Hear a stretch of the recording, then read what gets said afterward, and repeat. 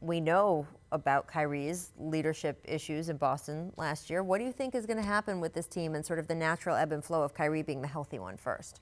I think both players, look, they're dynamic, all-star Hall of Fame players, right? So the stuff on the court will take care of itself. It's going to have to iron itself out. But I think for these guys, they got a fresh start, and what they can really do is really just get back to the basics of basketball. I think Kyrie, and you've watched him so much, Wendy, his talent's dynamic.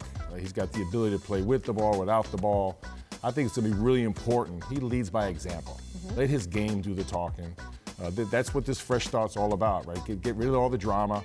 Lead, if you're going to lead in the locker room, lead in the locker room and leave it there, and then lead on the court.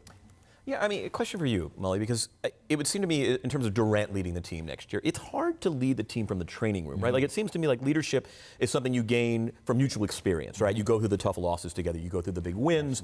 I mean, I imagine for Durant, irrespective of what might think about his leadership qualities, it's very hard if you're not on the, as much as you're around, you can be, you know, where everybody eats, you can be in the training facility, you can be hanging out, but it's hard. Is it hard to actually lead if you haven't logged a possession? Yeah, I think you have to do it, you got to be very strategic, and you have to do it from the background. You can't be out there publicly chastising or trying to lead when you're on the injured list.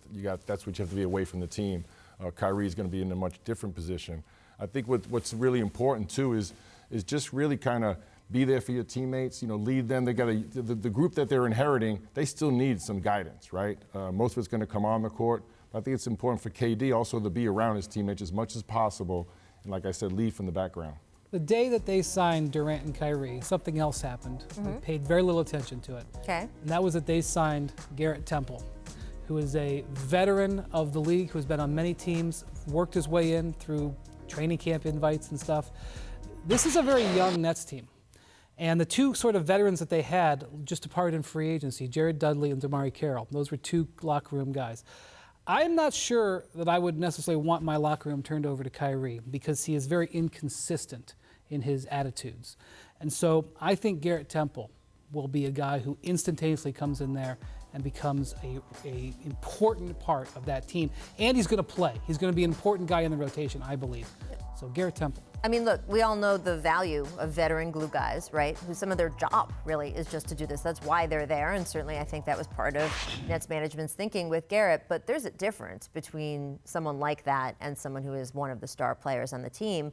Kyrie is going into a situation that is not exactly like he was going back to in Boston this past season, but you just said it, young team, succeeded without him, right? Guys who think that they know kind of what they can do out on the court, and things are going to change with him being here. Now, obviously, the positional stuff is going to be a little bit different. The makeup, the team didn't go to Game 7 of the Eastern Conference Finals, but there are some threads that you hope that Kyrie has learned how to do differently. And I think one of the things I like the most about Kyrie is how curious he is, and that he does absorb new information, and he's open to taking that in and learning lessons. So I have to think that that's happened with him. I mean, I hope, but like, what happens if they're 23 and 21? And, you know, he's shooting 42%, a decent but not exceptional clip.